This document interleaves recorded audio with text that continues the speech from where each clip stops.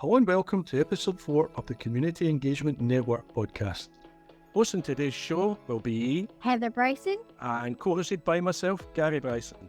On today's show, we're going to be talking to Margaret Mary Cowan from Kilbryde Hospice in East Kilbride.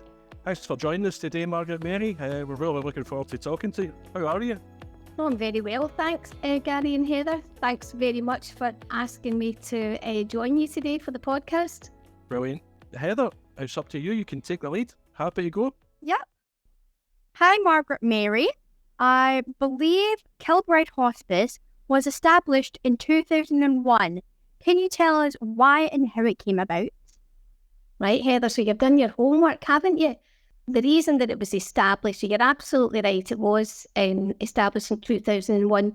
And it was established in 2001 mainly as a fundraising venture because two men and a band of supporters, a man called Mr. Tony McGuinness and one of the doctors from here, Myers Hospital, Dr. John Richards, they felt strongly that there needed to be a hospice.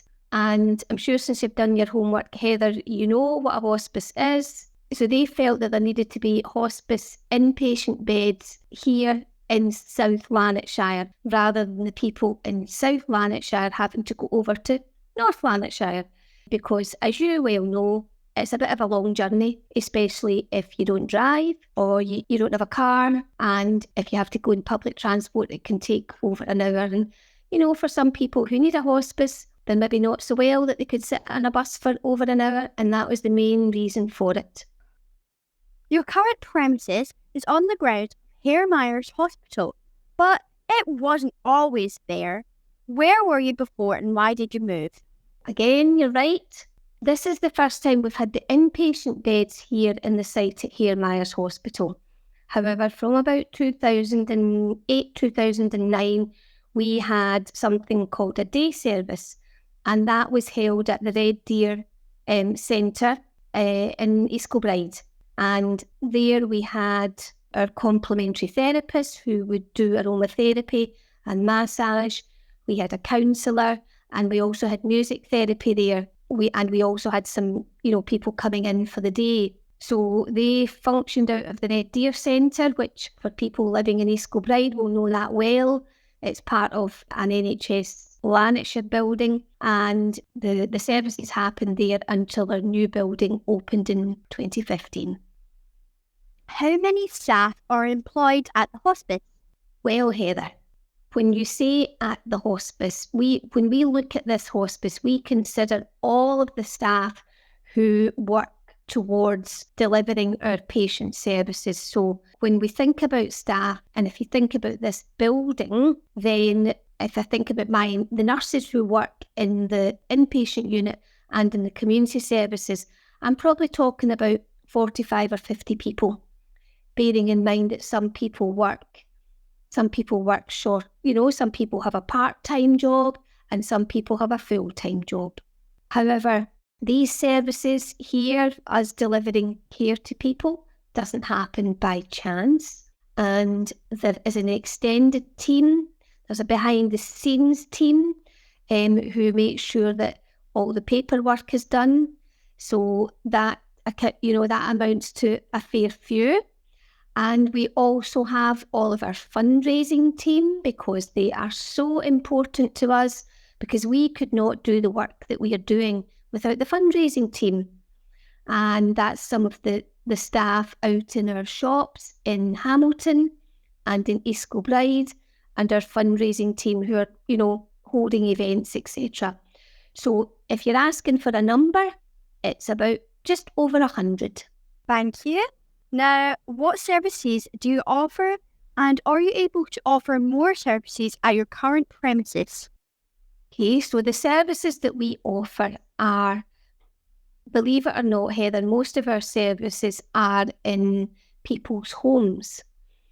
So we have got a service called CLAN, which is short for Compassionate Lanarkshire, and that is a coordinator and a link nurse who go out into people's homes and they make sure that the people who are living with the illnesses are able to cope with them.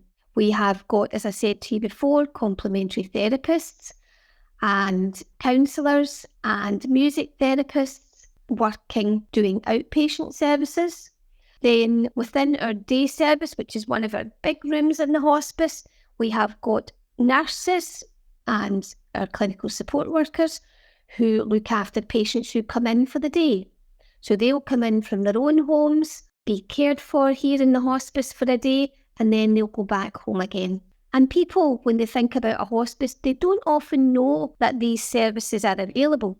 And the bit that people do tend to know about is our 12 inpatient beds. So they have patients, people and their families who come in and they're cared for overnight for a variety, extended periods of time. And that would be 12 beds.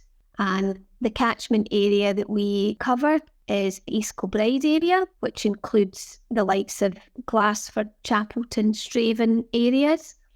Then there's Cambuslang and Rutherglen, so we extend down as far as that. And then our biggest area is that of Hamilton, the Hamilton locality, which takes in Blantyre, Hamilton, Larkhall, and all the areas round about there. Margaret Mary, you're probably correct in what you're saying there, that a lot of people don't realise the sort of services that you do deliver. They simply think that it's palliative care, it's end-of-life care, and that there's nothing else really goes on with it. But as you said, that's actually a tiny fraction of what goes in within a hospice. You're only talking 12 beds. Mm-hmm. Yeah, I mean, I don't know how many staff are tied up, to make sure that those 12 beds are catered for. But when you're talking 100 staff, there's obviously not 100 staff looking after 12 patients in those beds. No. That's our biggest resource, Gary, because obviously we have got, that's a 24-hour-a-day, 7-day a week rota that I need to fill. So and the level of staff is higher, ratio patients, to staff is higher than you would have, say, in a hospital or in a care home. But that's the job that we do. How does a potential patient go about accessing your services? Are they referred by the hospital or can they refer themselves? Good question, Heather. It depends which service they are looking for. And what we want to do at Kilbryde Hospice is to make sure that the people that need our services have access to them without too many stumbling blocks in the way. Because you wouldn't believe it, Heather, the amount of barriers that sometimes are in the way in relation to health. And sometimes I would like to think that Kilbryde Hospice takes down those barriers so that people can have access to the care when they need it.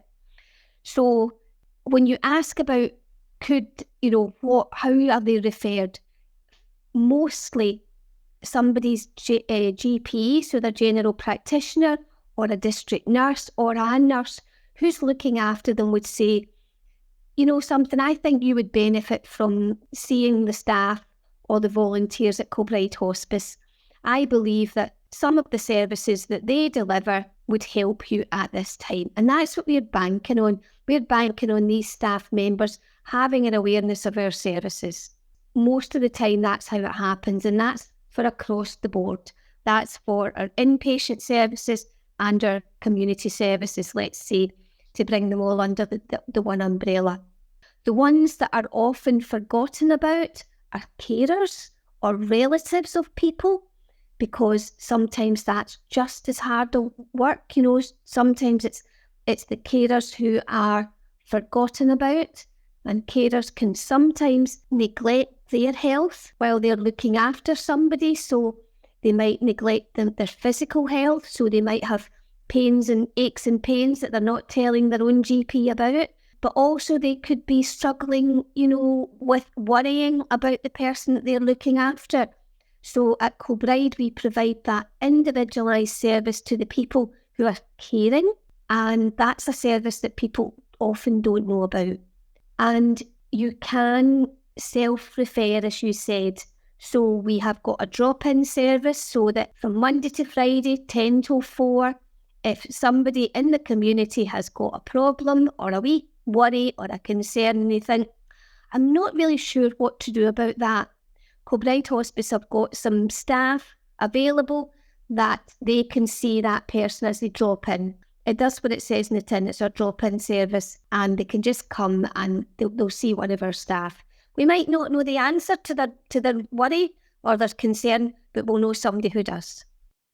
Margaret Mary, I've seen in the news a good few times over the last couple of years about unpaid carers, and I know they've said it's that the NHS itself couldn't actually cope without those unpaid carers, and I've seen those exact same things that you've said mentioned, that they do tend to neglect themselves because they're too busy concentrating and just trying to look after their loved ones.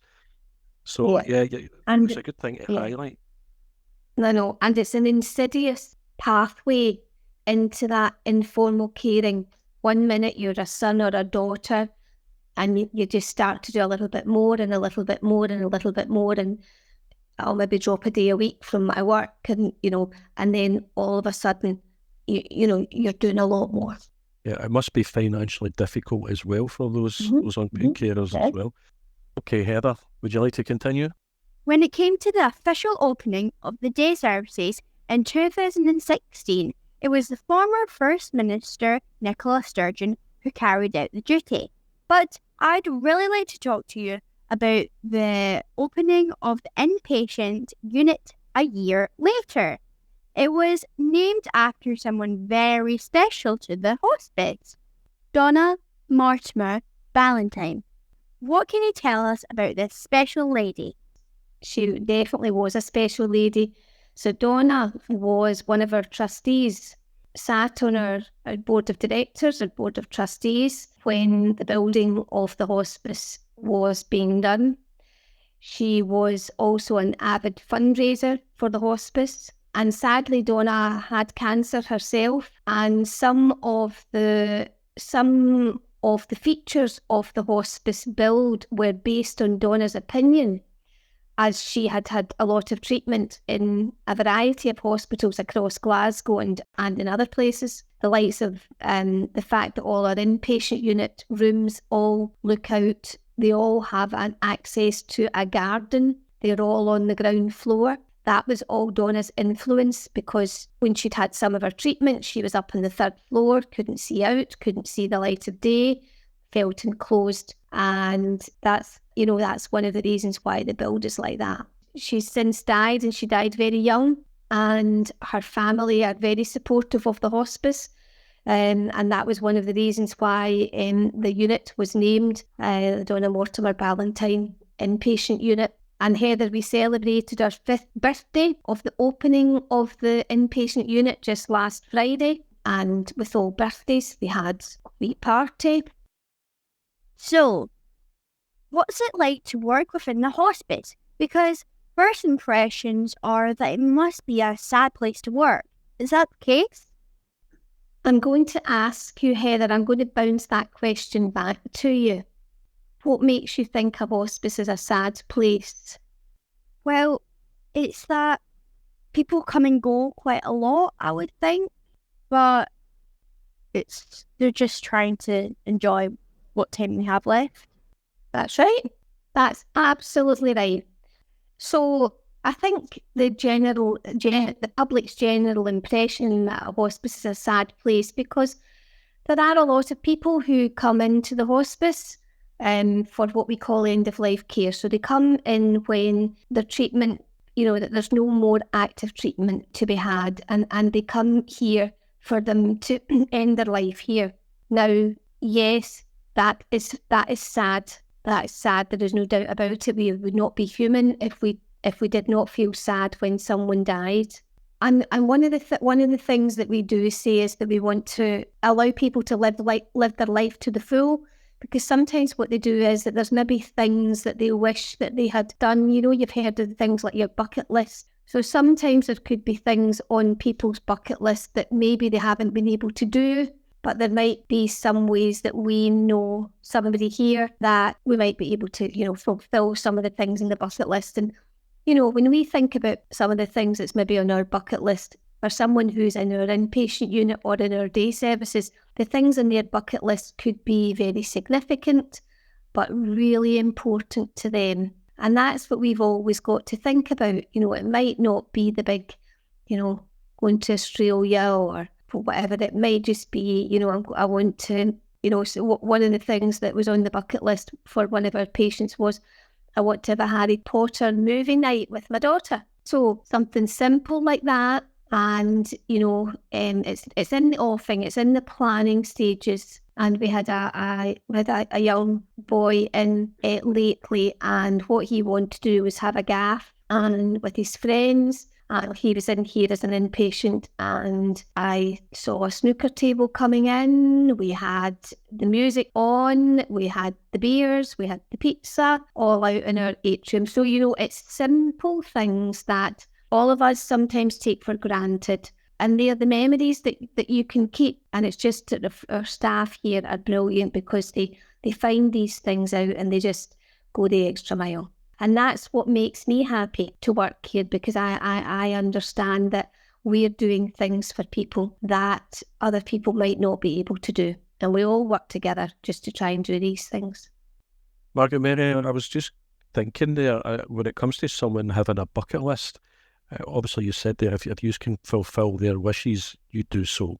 Do you work with any other organisations at all to try and fulfil some of those wishes? Is there any Lincoln's networking that you've got going on behind the scenes? So there is. If somebody's under 40 and we're looking after them here, there's a charity called the Willow Foundation, and they can arrange special days out for the person and their close family.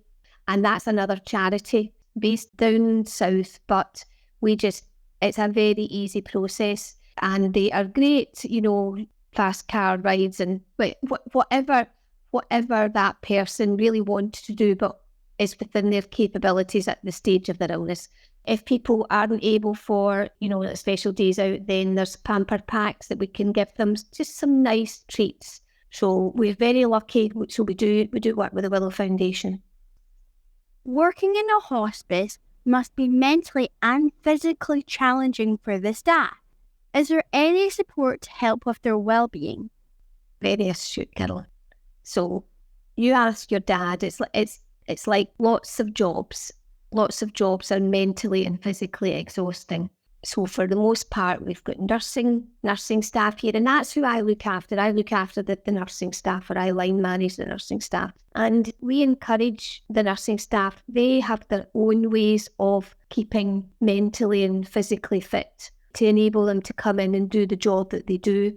It can be hard, and we encourage all our staff to take breaks, so they all get their allocated breaks. We've got a beautiful building here, and hopefully one day Heather and Gary will come up and visit us. So we've got, lovely facilities here for the staff. We've got lovely grounds as well, and some of our staff go out for a walk, and we're in the grounds of Hare Myers Hospital as well. And although there's lots of buildings, you can easily just go for do a circuit round in your tea break or in your lunch break. Different people have different things. So I walk. I sometimes walk to work, and I sometimes run to work, depending on how I'm feeling. So that's how I de-stress after a long day. And everybody's got their own little way of switching off. I used to work as a community nurse before I took up this job, and people used to say to me, how do you adjust from one patient to the next? And I always looked at it that my drive from one patient to the next was me finishing off with one patient and preparing myself for the next.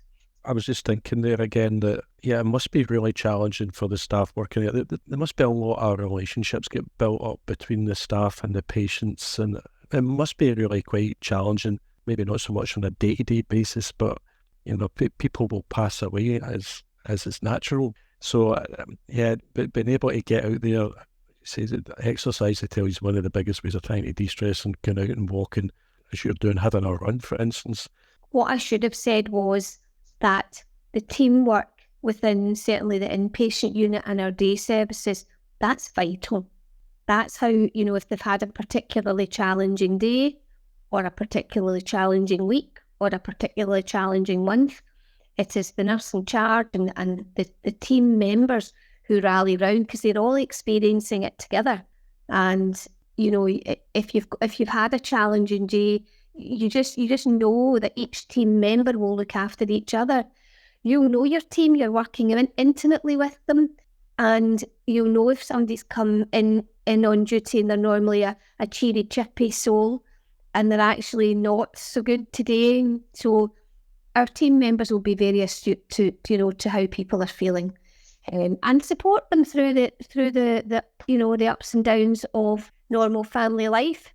Because it's all going on in the background when people are in work. You mentioned there again that, the staff all look after each other.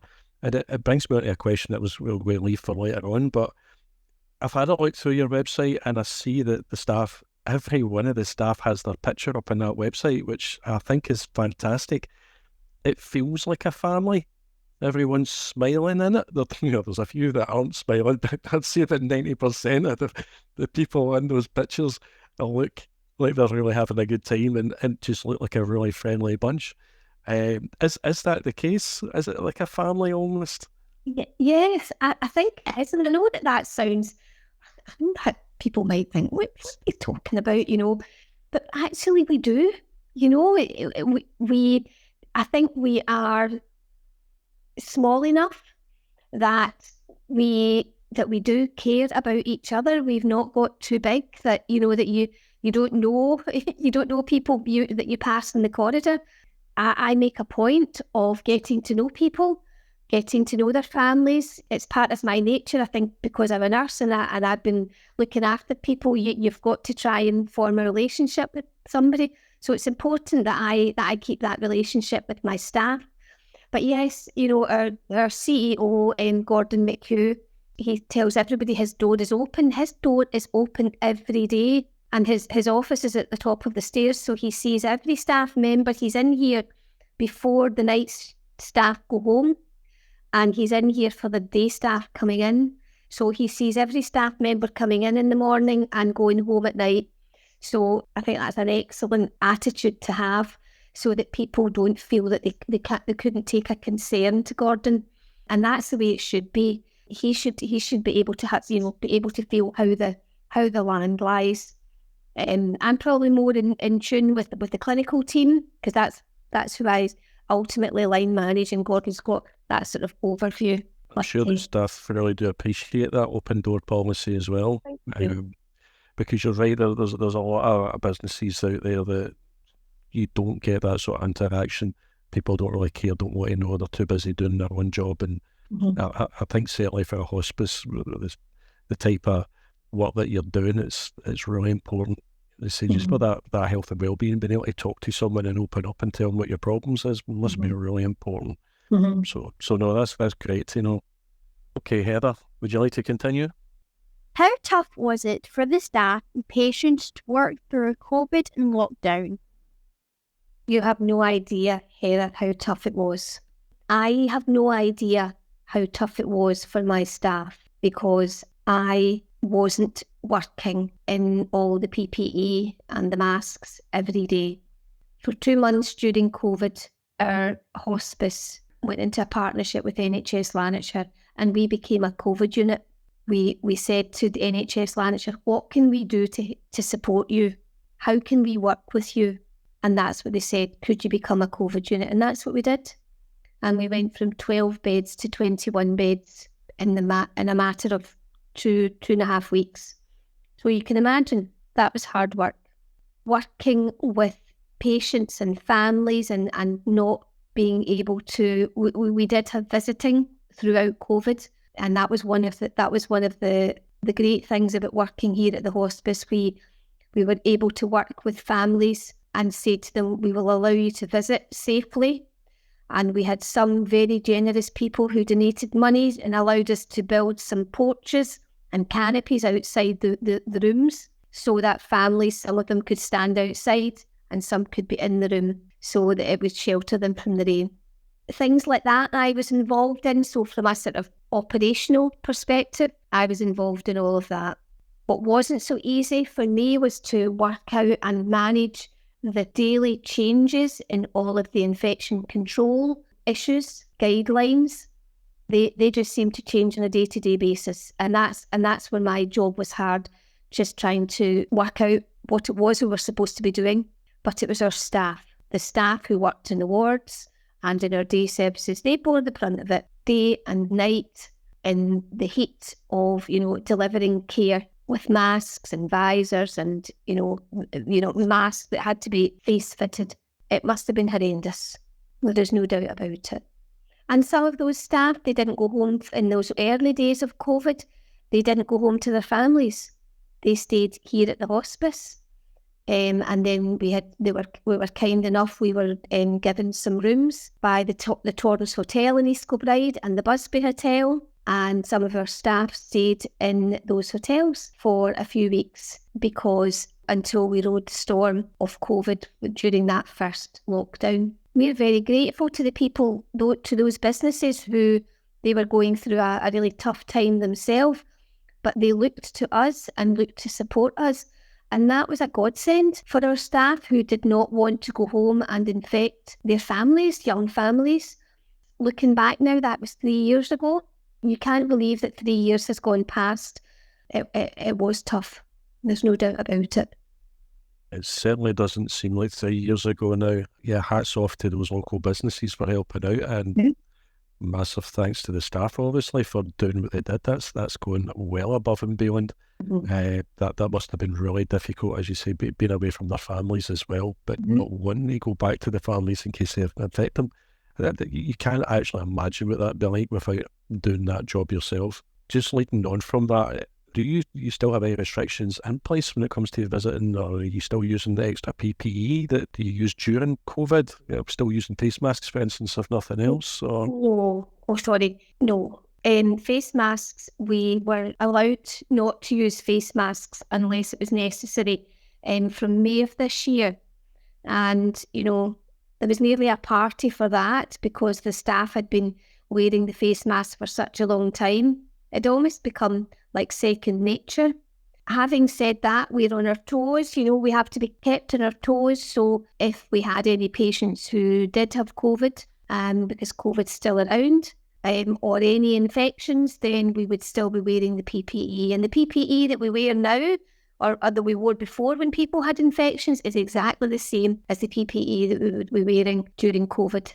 Just obviously it was higher in the, everybody was talking about PPE, whereas before it was just if you were going to barrier nurse somebody, that you had to put your PPE on, or if you were going to perform an operation. The reason why I was asking about if you've still got any restrictions when it comes to the wearing a PPE, I mean, you'll know the same as I do. You go anywhere now and no one really uses it.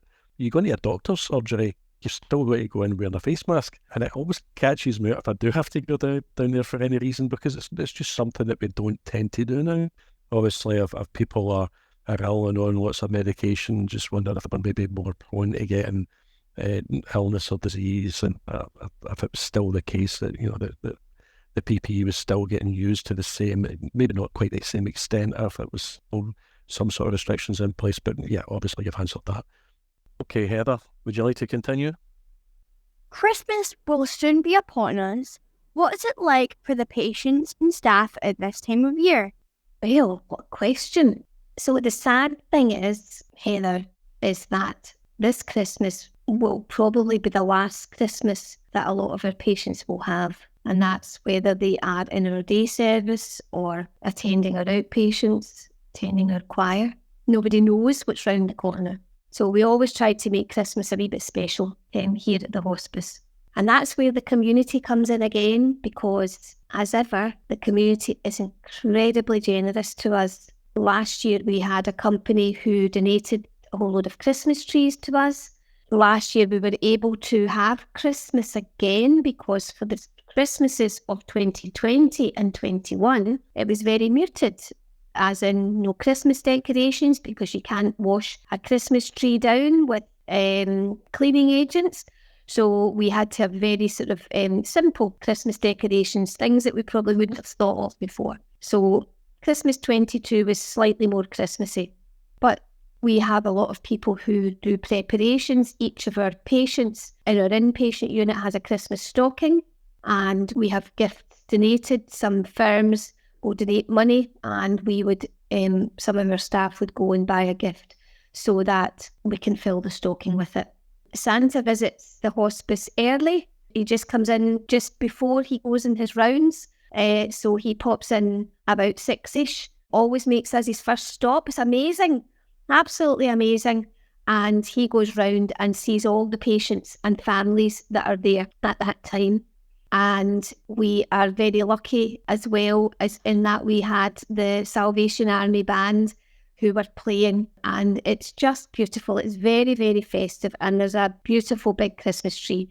On Christmas Day itself, we have got George and the catering team go to great lengths to make sure that the Christmas dinner is as special as it can be. Because as you might imagine, Heather, some people maybe might not be feeling very much like eating. So what they will do is just try and make sure that whatever they are eating is a wee bit special. And we also allow them to have some of their family in for Christmas dinner with them so that they're not separated. So that's a good thing as well. It's actually quite nice for some staff to be working. Some staff choose to work at Christmas. So they're a bit festive, you know, we've got some Christmas baubles in their hair and all the rest of it. And again, we had to be a bit muted with Christmas because of infection control. But, you know, I can imagine it'll be back to all things Christmas this year because it is a nice time of the year. It's good for the staff. Christmas fundraisers here as well. So we make sure that we use that time at Christmas time just to top up our fundraising with our Christmas fair. So, but we've got our crafters who do a fierce amount of work for us throughout the year, culminate to get the Christmas fair, but they make our Christmas stockings for us, and they're absolutely beautiful. I keep saying they should tell Harrods or somewhere like that, you know, that they do such a good job. It does sound like Christmas is quite a special event. And it's great to hear that you've got local businesses helping out so much as well. We keep saying that there's so much goes on behind the scenes that people just don't know about. So many people doing so many great things. So it's fantastic to hear that you are getting a sample of that as well. Heather, you want to go to the next one, love? Do you have any funny stories that you can tell us of how staff help to keep up their own morale and that the patients they see? So I did tell you about the boy that had the gap earlier on, and we had a gentleman who was, he loved Elvis, absolutely loved Elvis, and one of our staff, not in the clinical team, in the fundraising team, believe it or not, had not a life-sized Elvis, but a bigger than most size of Elvis that people would have at home. And she brought this Elvis into the building for this man, and we have got a beautiful photograph of him with this Elvis, and he was absolutely delighted. And, you know, we get a lot of satisfaction from that. I think there's a lot of football, you know, if we know that somebody is a particular football team fan, then we would try our best to maybe involve some of the football clubs. And I have to say that if we do make a request, then generally speaking, the football clubs are very good to us. And we have had a couple of footballers in here seeing patients. And if we don't get the football, sometimes we would maybe get a shirt, or maybe, you know, we had a replica of a cup in for a good wee while. I've no idea what it was. I'm not a football fanatic, but I know it was something quite special. So it's things like that. And I think that the staff really enjoy sort of finding out what makes a person tick. In addition to your website, you also use Facebook, Twitter, Instagram, and YouTube. Who updates your social media pages? Because it's a lot to keep up to date. Thanks, Heather. Yes, you're absolutely right. We actually have a big presence on social media, and that is one way that our fundraising team, it's our fundraising team who upload all the posts onto the social media sites, and that's one way that we communicate with our supporters. The clinical team will draft the posts, and then our fundraising team, /comms team, will put the posts up at particular times. So at the moment, we've got the Carers Cuppa and the Bereavement Cuppa. They're featuring on the social media because the Carers Cuppa and the Bereavement Cuppa happen on the first Tuesday and Thursdays of the month. So I want to be able to make sure that anybody, that people are being alerted to this. And we would like to think so all of our job vacancies are circulated on social media, raising awareness, myth busting. Sometimes that we put out some posts that just try to inform people. But it is hard work, and we don't have a dedicated person. It's a team of people who do it, and they work really hard to do it, and they do a great job. I take my hat off to the fundraising / comms team. It's Jasmine that's doing it at the moment, and she's doing a great job. I know certainly we focus social media pages. Heather's got quite a bit of background, so she's got her own pages, and started up a social media for these podcasts themselves, and I know how much work's involved with that, and that's minimal work that we're doing in comparison. So I can imagine how much time and effort goes into maintaining your own social media pages.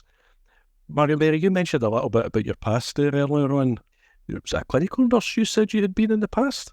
Yes, I've been a nurse all my working life, Gary, 40 odd years. So that'll give something away as to my age. So I'm a registered nurse and midwife, but I've been working in palliative and end-of-life care for over 25 years. I started that in the Outer Hebrides when I lived in Benbecula. I carried on in Kent for 17 years, and then I've been here in this post back in my hometown of Kilbryde for 8 years. So you've got the benefit that you've been both sides, being a nurse and being on the management side, so you understand exactly what goes on in the job and the sort of experiences that the staff are going through on a day-to-day basis.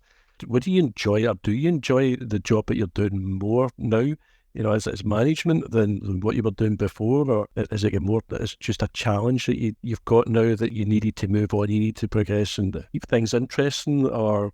I mean, what do you enjoy about the job you're doing now? Is there things that frustrate you with it, or?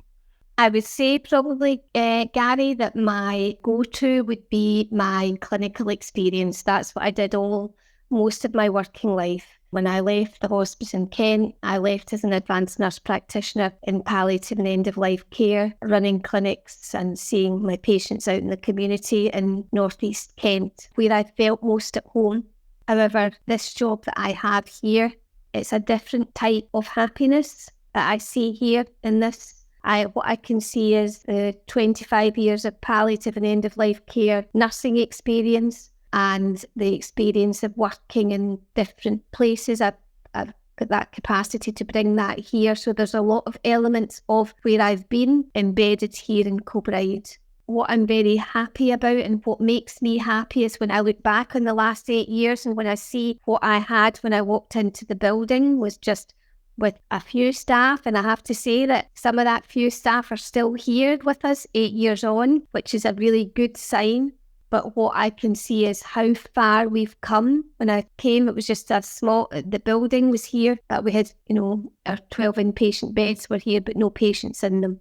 And our day services has evolved, our complementary therapy and wellbeing services have evolved, and sort of culminating in the inpatient unit opening. And I could never have foreseen the work that would have gone on in the background to get us to where we are today.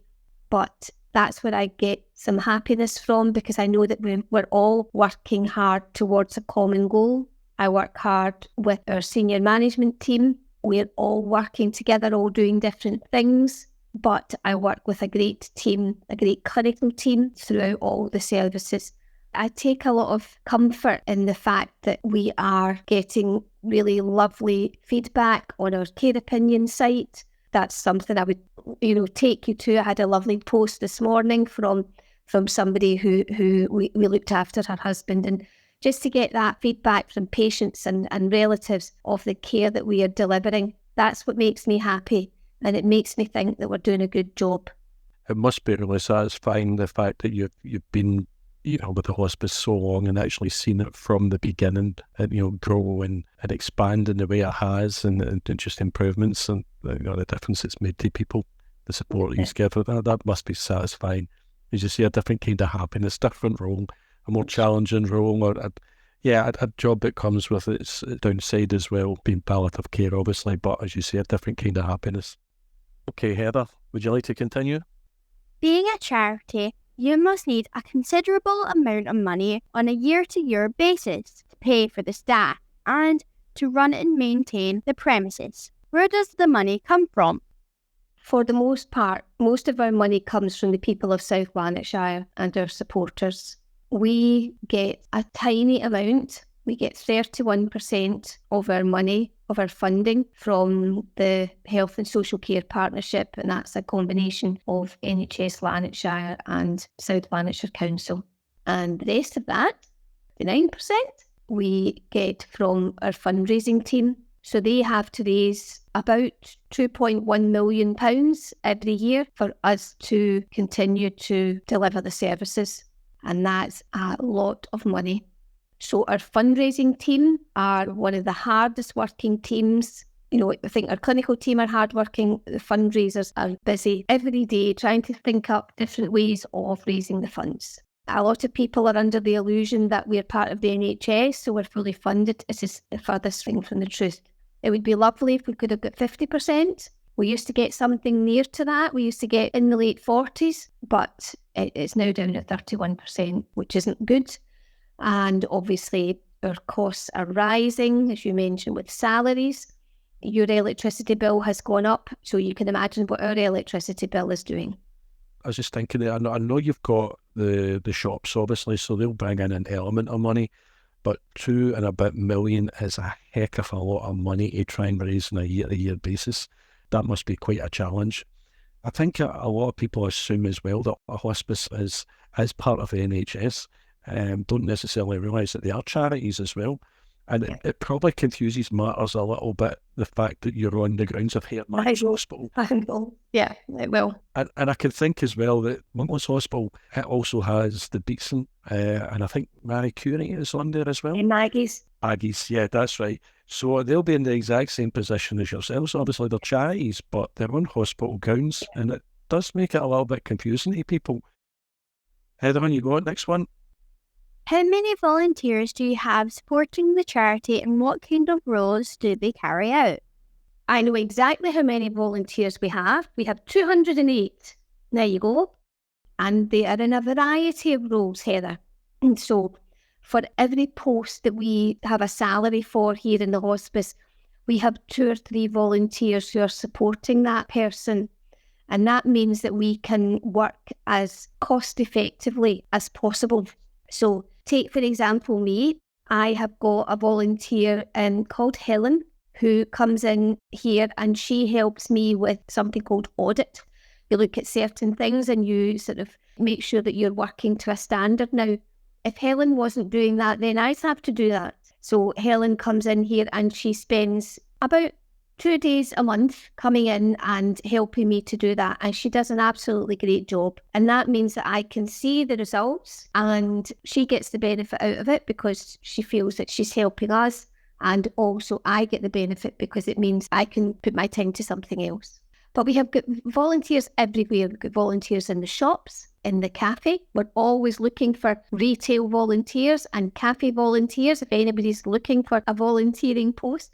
We've got volunteers in our inpatient unit and across all of the services. So wherever you see a Kilbryde Hospice staff member, you've got a couple of volunteers backing them up. And we can't do it without them. One of the things that we want to do here as well, Margaret Mary, is to try and encourage anyone that wants to volunteer to actually reach out to you. So I take it you are always looking for volunteers. Yeah, always. Yeah, never stops.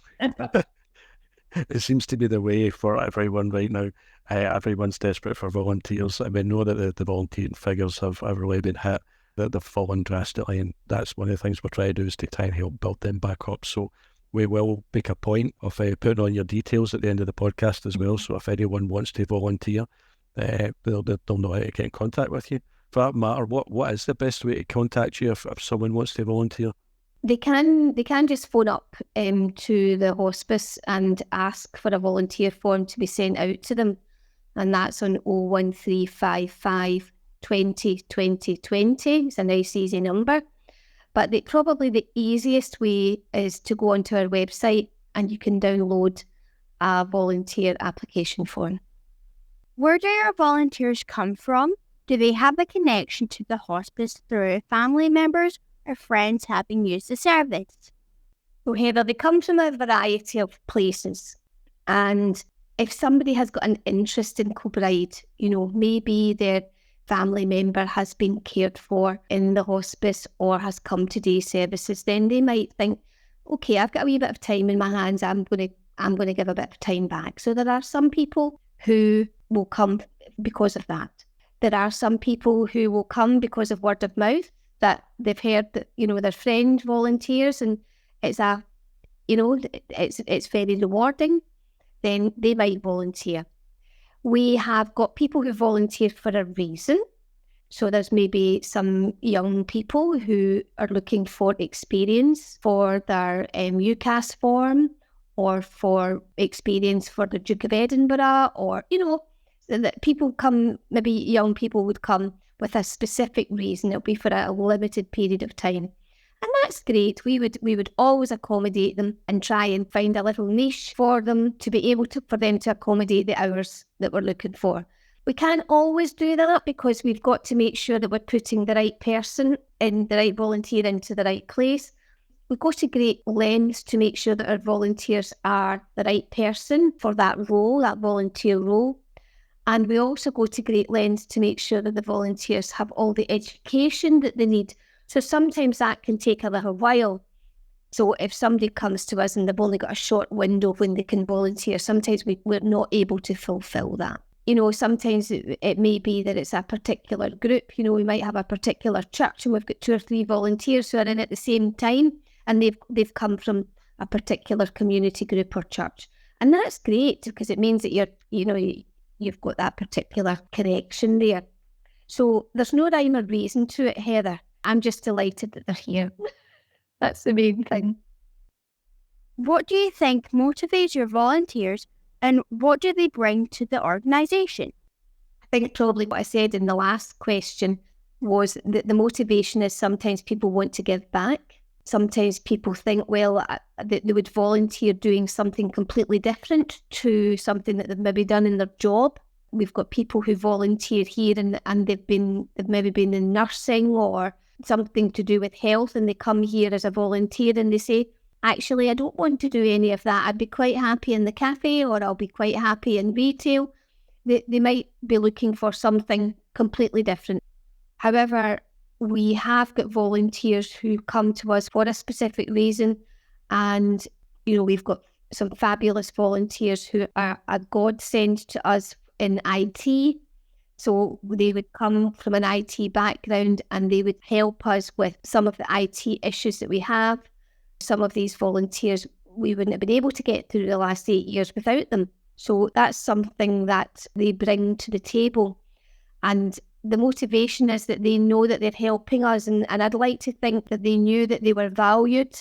Some people might find that they've got time in their hands, so coming to us to volunteer would be something that they could focus their day or focus their week. And I'd like to think that we're good to our volunteers. We always celebrate Volunteers Week, which is in June. And this year we had a kind of a barbecue out the front of the hospice, which went down very well. We invited the volunteers, and we always have a Christmas party. They know that we are just eternally grateful to them for what they do. How many hours a week does a volunteer need to carry out, and do they get any form of training? So I've answered some of that in the last question. Depends what they do. Depends on what training they get. So if anybody who's coming into this building and here over the last couple of years, all our volunteers had infection control training, because it would be irresponsible of me to put such scrutiny onto the staff and have our volunteers coming in and be flouting all the infection control rules. So we had to make sure that anybody that was coming in, any volunteer who was coming into the building, had infection control training. So it's all about whatever role you're volunteering in, you'll have different training depending on where you are. What does the future hold for Kilbryde Hospice? Are there any plans for the expansion or any upcoming events? The future is dependent on our funding. I believe that if we can continue to do the fundraising to bring in that over 2 million, just to keep what we're doing at the moment, then I will be very happy.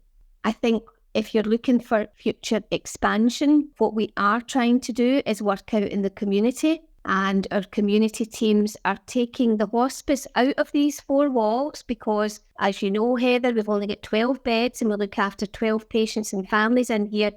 But out there, and I'm pointing out the window to the 265,000 people in the catchment areas, they are just as important to us. So our community teams are going out to Lark Hall in the next couple of weeks to set up a Compassionate Lanarkshire cafe out in Lark Hall. They're hoping to do the same down in Rutherglen. And that's looking at outreach, taking the hospice from the building outside. And that's how I believe hospice care, what it should be out in the community.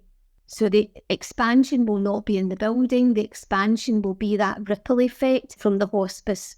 And that will be down to our volunteers. We are trying to do some training with volunteers for people to look after their own family members when they're coming towards the end of life.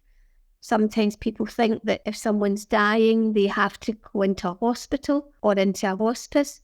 It's the furthest thing from the truth. You can look after somebody at home. Yes, you might need some help to care for that person, but people can be looked after beautifully in their own home. And it may be their choice to die in their own home. So that's what we're hoping to expand, that work that we can take out into the community. Margaret Mary, that I'm afraid brings us to the end of the interview, the podcast, whatever you want to call it. It's been an absolute pleasure talking to you, and I appreciate the time that you've given us. You did mention us at one point earlier on about us maybe coming out to visit. We would love to get the chance to come out and say hello to you in person if we get the opportunity at some point. Until we see you next time and hopefully speak to you again to see how things are going, then it's goodbye from me, and it's goodbye from me, Heather Bryce. Yes. Thanks very much for your time, Margaret Mary. Okay, thank you both. Bye. Bye. Bye.